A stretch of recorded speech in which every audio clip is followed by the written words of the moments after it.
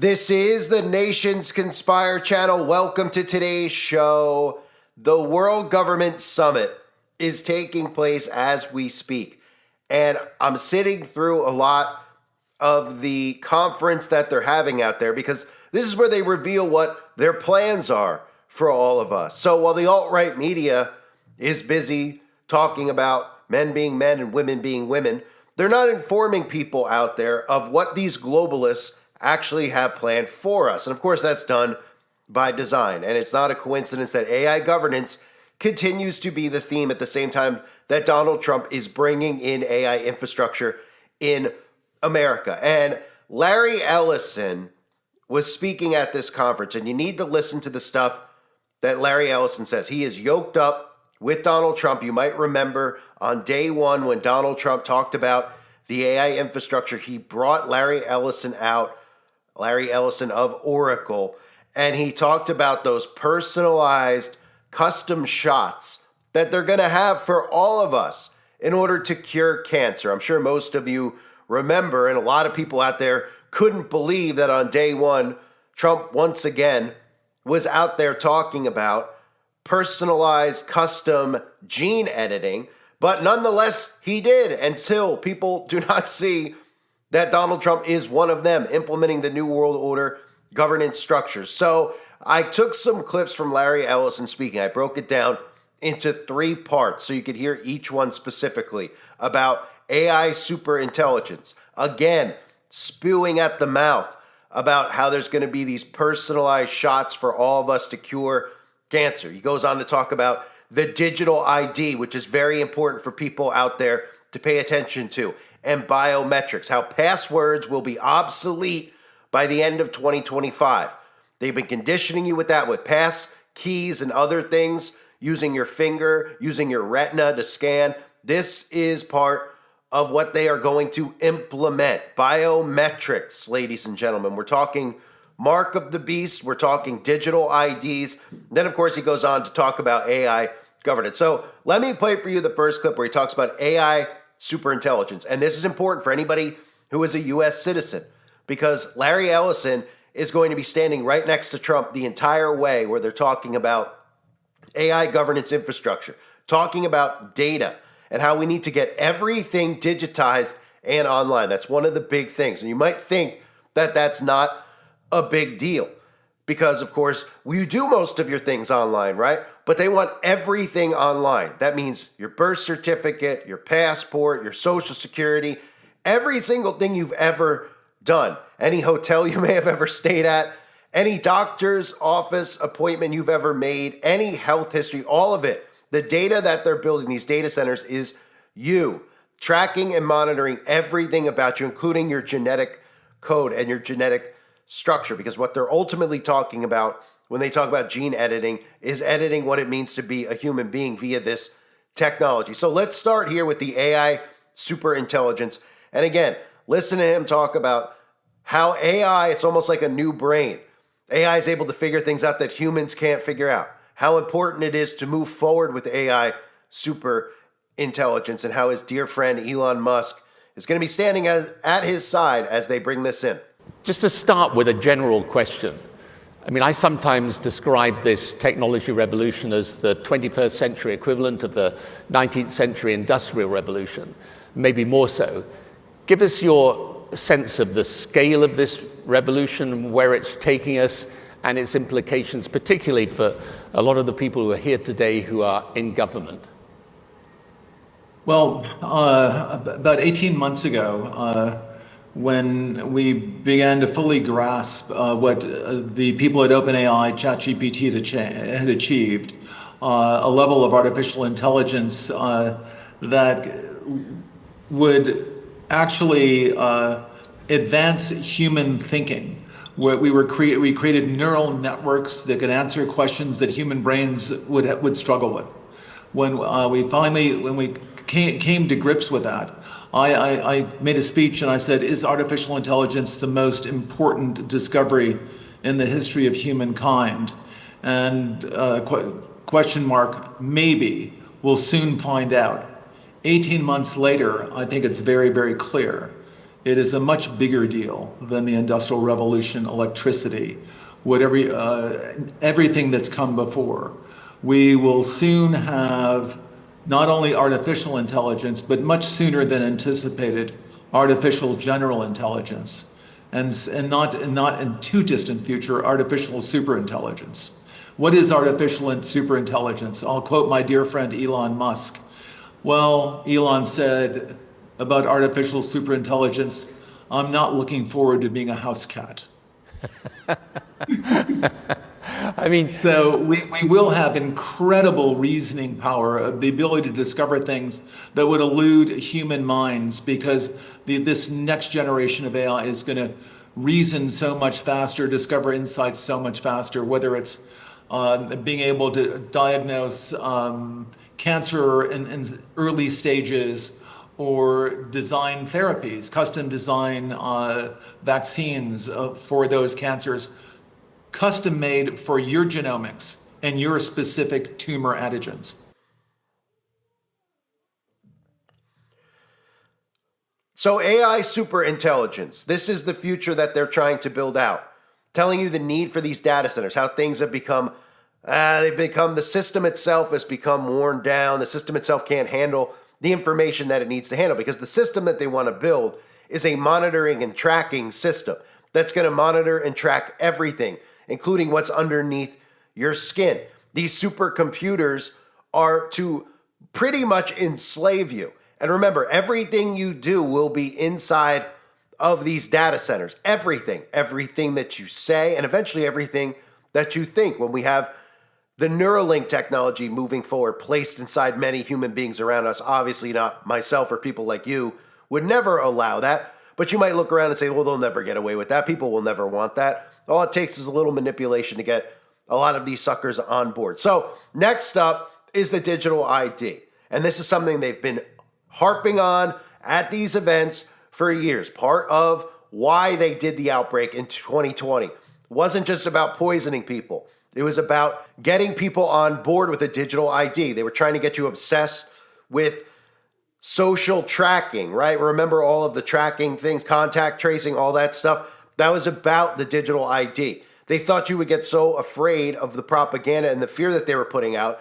that you would want it so that you knew if somebody next to you had it or didn't have it. You'd want to know where the person next to you was traveling to in case they went somewhere that was a hotbed for the disease. That was part of the hypnosis they were trying to create. It didn't work, but that doesn't mean that they're taking their foot off the pedal for the digital ID, because global enslavement runs through the digital ID. So here he is talking about the digital ID, Tony Blair, who has been an advocate for the digital ID for a long time. I have many videos on the website where Tony Blair is openly, constantly obsessing with the digital ID. In fact, he was one of the people who said we needed a digital passport during the outbreak, and how we would need to know who has it and who doesn't. So who could be allowed to come in places and who couldn't be allowed to come in places like restaurants, etc. And since then, Tony Blair has just shifted his propaganda on why we need a digital ID, because they couldn't use that narrative anymore. So he uses the digital ID as something that we need to be able to follow the immigrant crisis, who's coming in, who's coming out. And that's exactly what Donald Trump has shifted to here in America, to get MAGA on board with a digital passport. Probably be called in America a freedom passport or something ridiculous like that, because that's all it takes for these people to actually get on board with these globalist agendas. Just label it freedom, red, white, and blue. Oh yeah, I'm in on the digital. It's the freedom mark of the beast, right? I'm sure that'll be next. But here he is talking about how passwords will be obsolete. I've talked about this. They've been conditioning you with passkeys. I'm sure you've all noticed it, how hard they're making it for you to log into Gmail or whatever email account you use, websites, etc.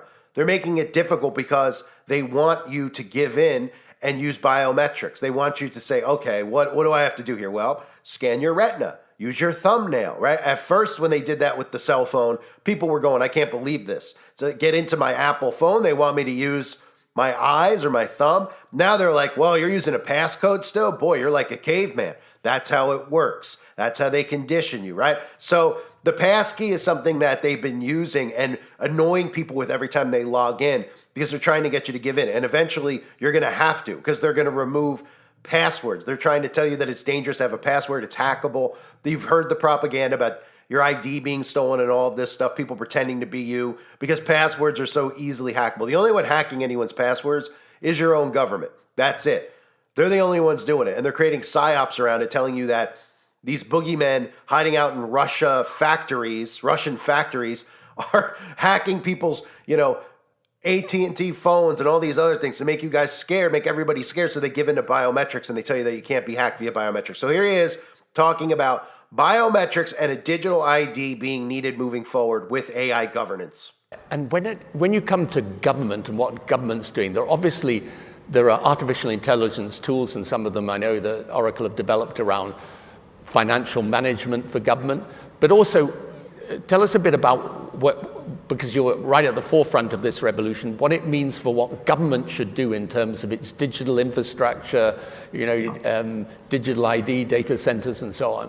I mean, we're here in the UAE, which is really at the forefront of the use of AI in government. One of the things that people often ask from developing countries, but also developed countries, is, well, what's the importance of having that basic digital infrastructure in place?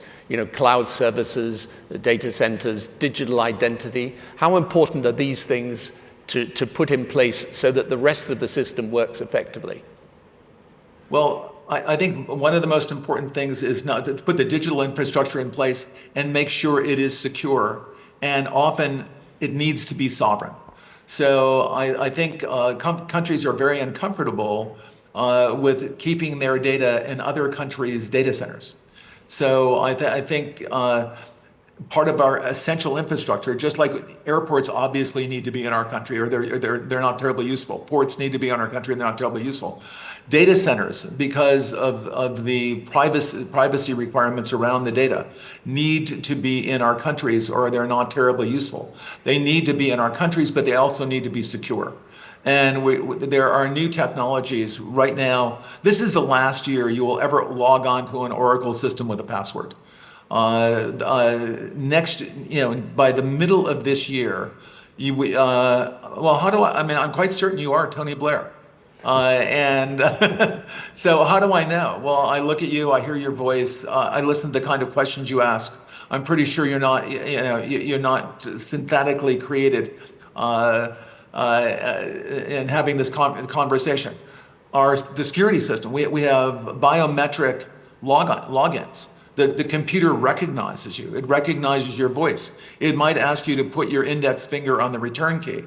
And we're absolutely certain it's you. There's no reason to enter a password. In fact, passwords are too easily stolen.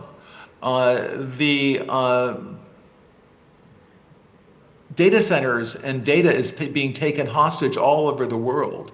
The ransomware business is a very, very good business. It's getting bigger and better every year. We tend not to talk about it because the American FBI has a simple advice to someone whose data has been ransomed. Just pay them, because there's nothing we can do about it. But there is something we can do about it, not after the data is stolen, but before the data is stolen. We can make sure that we're using the latest security technology, and it is going to be biometrics assisted by AI to make sure that you are in fact Tony Blair, and I'm sure you are. So of course, that is just an utter control system nightmare. That's what they're trying to bring about, this digital ID. People think, well, what's the big deal? I shop online. What's different between having a license and a digital ID? Oh, it's a big difference.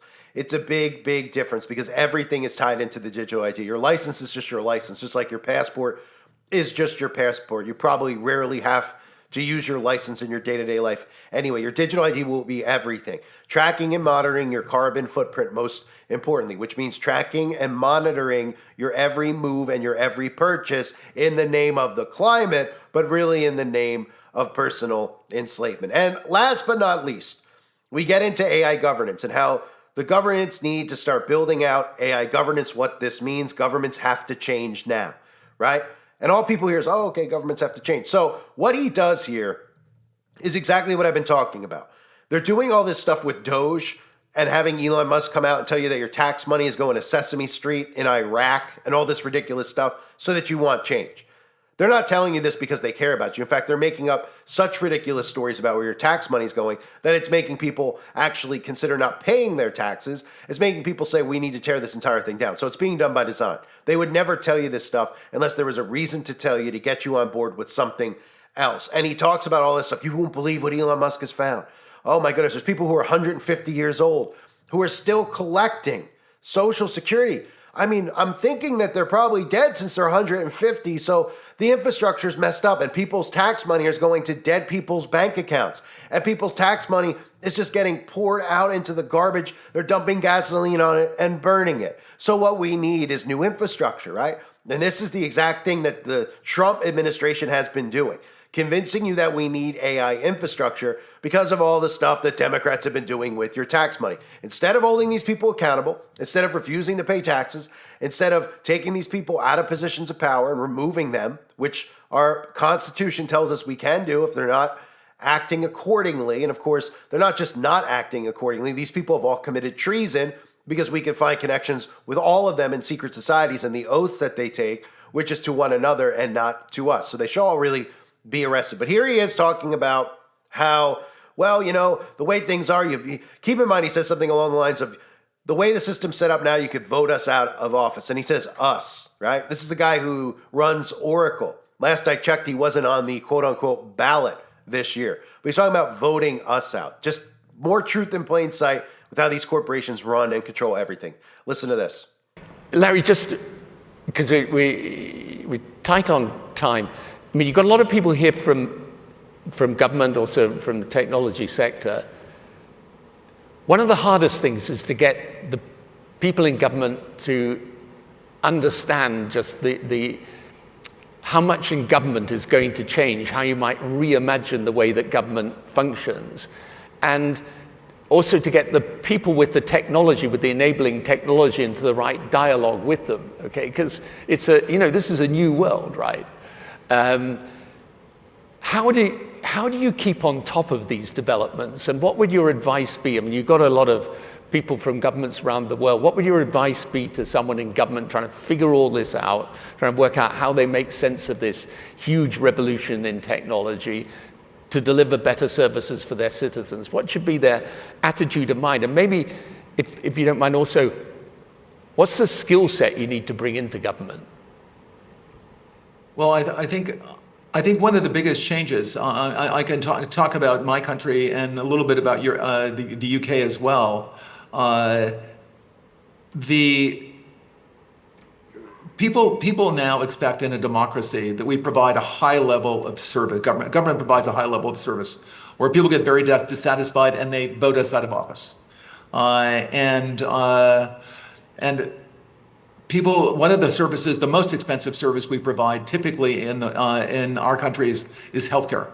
Healthcare, and when people expect high quality healthcare, people even talk about healthcare being a human right. We can deliver healthcare at a much lower cost. I mean, not only do we get much better outcomes, but by early diagnosis, better therapeutics, better population health, and we can get all of that as long as countries will put their data, their healthcare data, all of it, in a single place where we can use AI to help manage the care of all of the patients and the population at large. We can deliver a very, very high quality service. But that's also true of a variety of social services, not just healthcare. If we're having supplementary housing.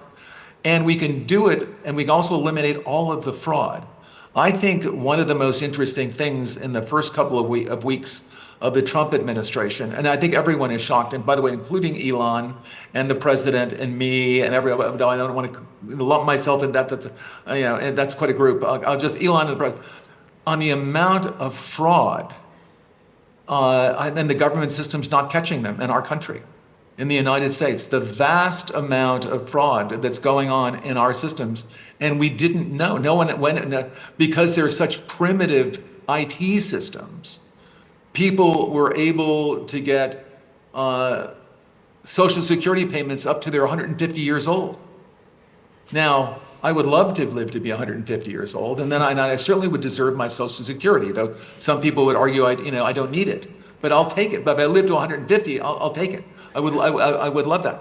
But we can provide high quality services, save the government a vast amount of money.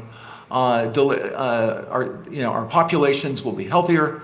They'll have longer lifespans, and the government will be spending less while getting better outcomes. I think this will make for a happier citizenry, and dramatically improve the quality of our lives, of all of our citizens. And I think we just need to. The digital tools we have right now are so primitive that a lot of people have been able to defeat them. Whether it's someone taking over your utility or taking over your hospital and locking you out of all of the hospital data. You need to modernize. You need to seriously modernize your systems.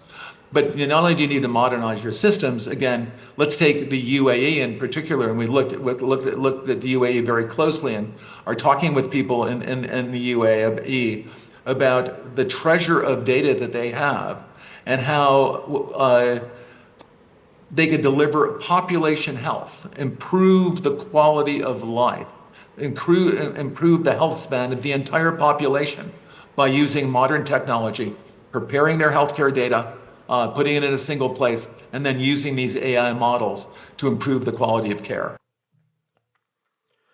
So, of course, that's exactly how this entire thing is coming about. You're hearing all of these things by design. That Doge is finding all this stuff out. Then they're gaslighting you and doing all these things to get you angry by telling you your money's going here, your money's going there. They're not efficiently spending your tax money, right? And they don't care if you don't pay your taxes this year or not over things like this. They just care that you don't push back as they bring in the AI governance infrastructure. They want you to want it. And people out there are saying, you know what, we do need something more efficient so we could track every single dollar that is spent. Every little thing, we want them to be audited. We want to see it. But it's not about auditing and tracking the government. Once this infrastructure is in place, it's about auditing and tracking you and every purchase you make. When they start implementing the carbon laws by 2030, every step you take is going to be a part of your carbon footprint. So they need this infrastructure in place. The data they're talking about is you. They're not, people hear data and they're just like, oh, it's information. And that's all they think of. It's you. It's every thought that you've put out into the world as of now, right? Everything you've written online. Those are the things that they want in their data center. So they have a profile on you. Every website you visit, everything you type, which is really, I've talked about uploading your consciousness. Think about how people act in today's society. They write things that they're thinking, do they not? On their Facebook, on their Twitter, a thought comes in their mind and they write it, right? It goes out into the NSA, into the government, and they store that. You said this on this day, this is how you're, and they build a profile on you. That's what these data centers are for. And eventually, like I've discussed with the Neuralink and some of this tech they've talked about at the World Economic Forum, what are they talking about? They're talking about getting technology inside of you where they can actually read your thoughts, right? What you're hearing right now about Neuralink is, oh, well, it's a brain-computer interface where someone who's paralyzed can communicate with the computer and tell the computer to play solitaire or do something along those lines. It's about reading your thoughts. It's about telepathy, right? So eventually these data centers are going to have all your thoughts inside of them as well, and your digital twin. I could go on and on and on about this stuff, but it was important to pay attention to some of the stuff being discussed there, because this is where they tell you what the plan is for us. This is where they tell you that, hey, these are what the plans are for everyone. We're not elected. We're all rich people meeting here, and we're telling you what the plan is, right? You never hear anybody still talking about AI governance, the digital ID. Do you ever hear the alt-right media? Of course not. Now, most of you don't listen to the alt-right media, but when you see them trending or you see their thumbnails and the stuff they talk about, like Taylor Swift booed at the Super Bowl, Donald Trump cheered, it shows you the level of thinking that we're at. And all these people who think that they're awake are just getting led into nonsense. They're paying attention to nonsense while they're building this out. This infrastructure that they're making you want is your enslavement. It is the end game, AI infrastructure. And of course, people don't realize that. All they're hearing about is how the government's pissing away their money and they're paying taxes for Sesame Street in Iraq. And all they're saying is, this is unbelievable. We need to go after him. We need to change this. That's exactly why they're telling you all of this, so that you say that, so that they can do that. AI governance is the name of the game. I thank everybody for being here. I hope you're all doing well. God bless all of you and your families as always.